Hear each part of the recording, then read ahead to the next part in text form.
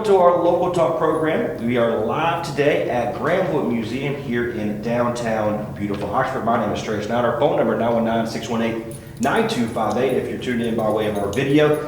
Clearly, today's focus is about the brand new exhibit coming to Granville Museum, which is part of the Southern Granville Park, traveling through Southern Granville.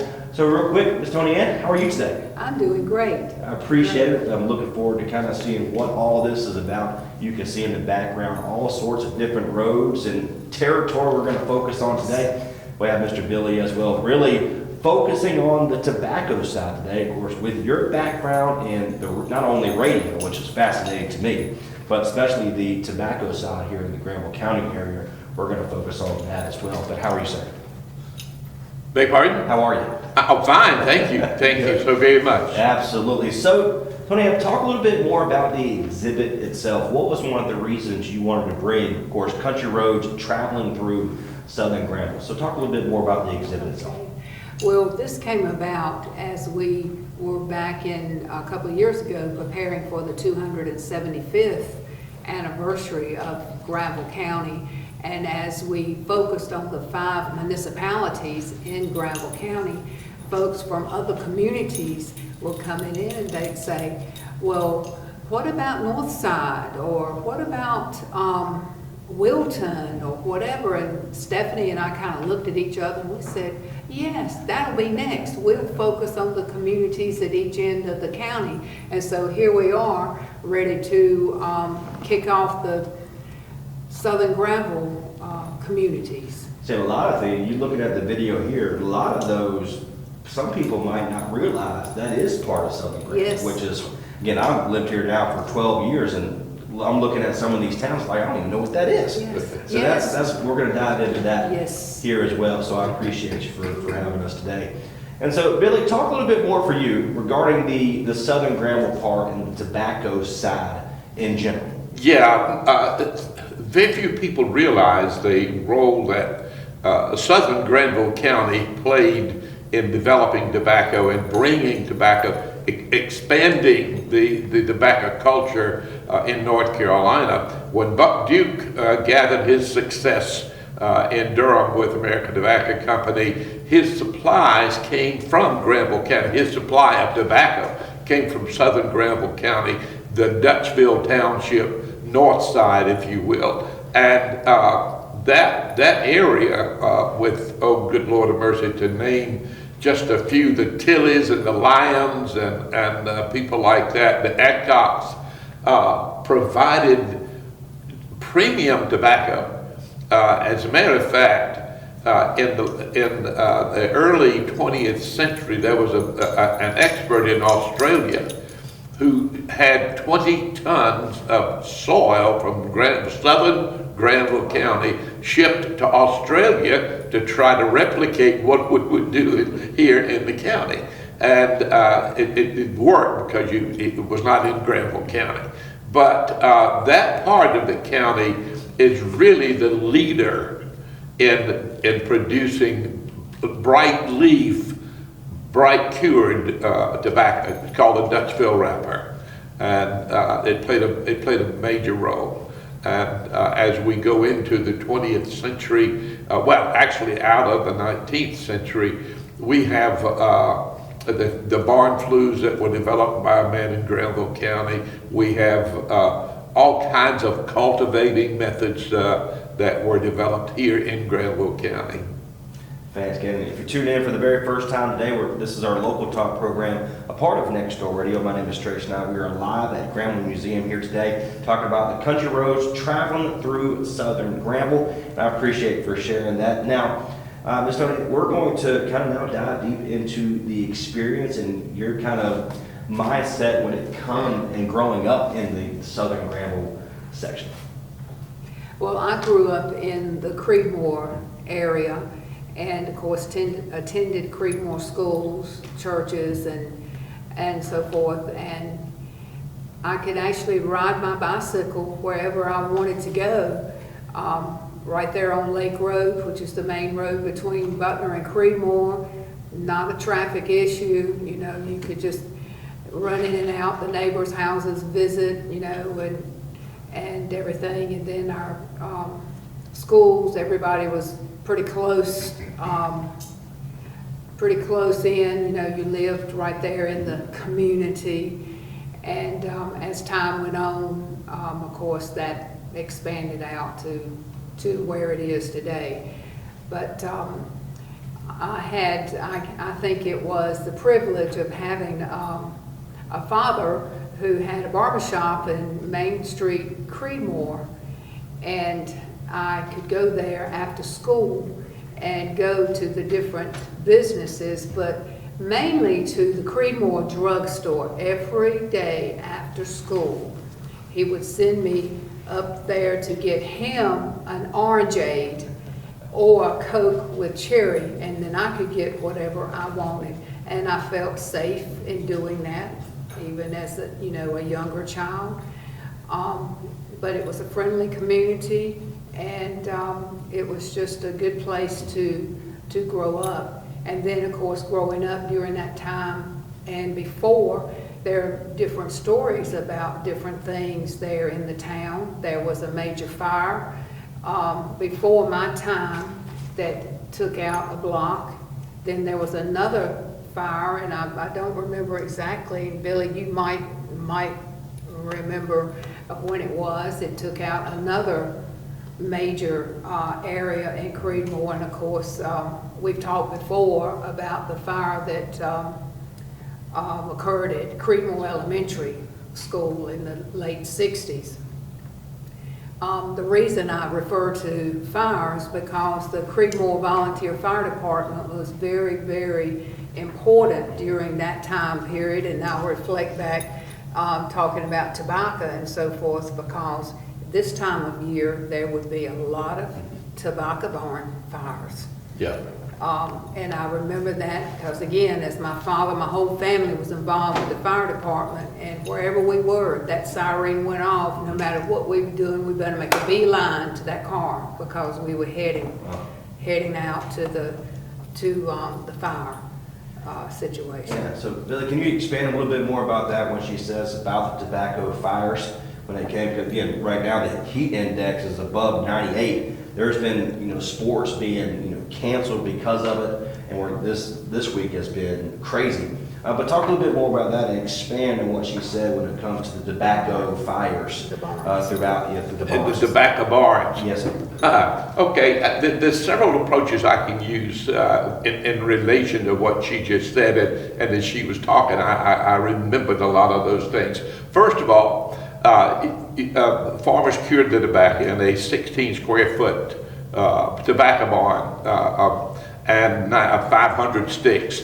And they cured it with flues, furnaces and flues, and if something happened, if a stick fell out of the barn onto one of those flues and caught a fire, then all of a sudden you've got what Tony Ann just described. And the real cultural phenomenon about that is that it shows how people were so close together and how they were so interdependent, how they depended on one another for their livelihood, for their social well-being, and for their economy.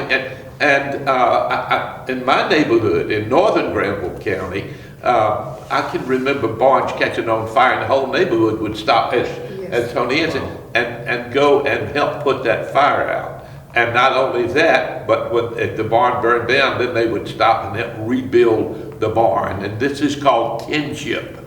And I love that. I love that people were living like they were back in those days. The other thing that touches me a lot about this thing is the togetherness. People came together in the tobacco, in the barnyard and worked. This is hand labor, and they came together and they visited and they learned to love each other. They learned to gossip about those who weren't there. They ate together, and it just made such a wonderful culture that is unlike other environments that I think you could get in. One other thing I want to mention. And this is one of the natural phenomenons that was injurious to tobacco, and that was the Granville wilt, the disease, the systemic disease that occurred. It was discovered in 1878, I believe, by a man from STEM, named STEM, B.F. STEM, and Fred STEM, and that was a disease that could not be stopped at that point. So it moved a lot of people out of the county and into other counties. For instance, Harnett County, a lot of the Currans went to Harnett County to get away from the Granville wilt. The Critches went to Martin County.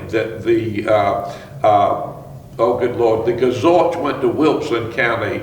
A lot of people left the county to get away from Granville wilt. And it was not until the early 20s that a remedy was discovered for that Granville wilt. But my point is that that disease shifted people out of the county and spread the tobacco production all over the place, to China, to Zimbabwe, or Rhodesia it was called then. Wow, and so if you can recall, how many people did it when it finally got the cure for this disease? How many people came back into the Granville County area? Very few. Very few. Okay. Very few. They established themselves in other areas and just never started having families and never came back. So what was the financial impact on that, especially the southern side? Millions. I can't tell you, but exactly. But I want to say something like $15 million. And some also went to Canada. My daddy's brother, who was raised in Mount Energy, went to Canada and started curing tobacco for people up there, and he stayed up there until he died. Wow. Again, this is Local Talk here on Next Door Radio, nextdoorradio.com, and the Next Door Radio app. We're here live at the Granville Museum with the country roads traveling through Southern Granville. Now, Tony, we're going to go back to you. If you could kind of pinpoint a couple of areas regarding especially one highlight today for this program that kind of stood out to you. Well, of course, we know our municipalities, Butner, Creedmoor, STEM, particularly in the southern end, but there's some others that come to play. I'll mention Wilton here. I know from stories that have been passed down, they had strong basketball teams at the Wilton High School.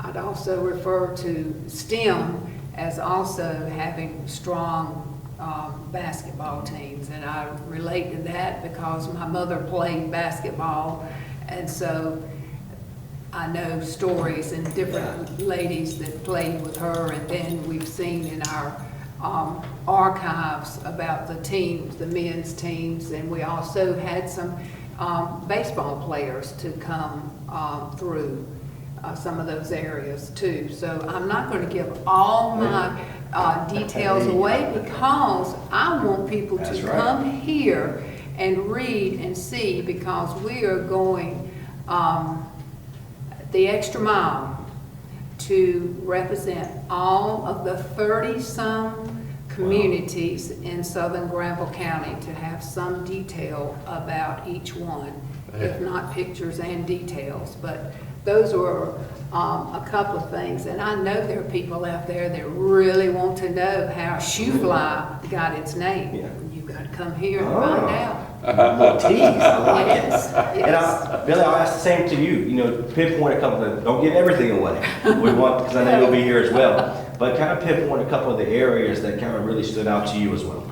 On this map here? Yes, sir. Well, I'd have to go down to Mount Energy, which is east of Creedmoor, and down in that area where my father came from and all of his siblings.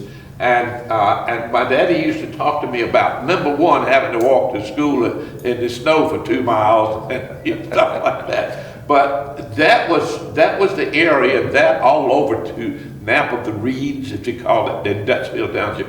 That's where tobacco exploded out of America, not just North Carolina, Granville County, but out of America all over the world. Oh, that's fantastic. Now, let's kind of give emphasis on the exhibit here we're talking about today. location, time, what is the, how do they, when they get here, what can they expect? Well, we're kicking it off Saturday during the Hot Sauce Festival. And we'll be here from 10 to 2 this coming Saturday during the Hot Sauce Festival. And along with that, to kind of help expand on this, we will be having the Southern Granville Heritage Association will be right outside with their equipment. And then both the jail museum and this one will both be open, and we'll have our docents there ready to give people all the information they need to have. Now, on the regular times, we are here at 1 Museum Lane on Tuesdays through Thursdays, 10 to 4. And you can call otherwise for appointments. We love to have groups come in, and we can give them a tour and have them go through and just absorb all the details. Well, this right here, just by looking at the map itself is, again, it can be overwhelming when you just kind of take a look at it, especially with so many different areas that I wasn't even aware of, which is awesome. So have fun, of course, that's Yes. the best part, but I know if you can come during, especially during the Hot Sauce Festival, you're going to enjoy everything that this exhibit has to offer. Tony, I thank you so much Yes. for joining us here today. Of Thank course, Mr. Billy, I appreciate you, my friend, and we'll do it again sometime soon, okay? Yeah, my name is Trace Knight on behalf of our local talk program here on Next Door Radio, nextdoorradio.com, and the Next Door Radio app. We'll see you later.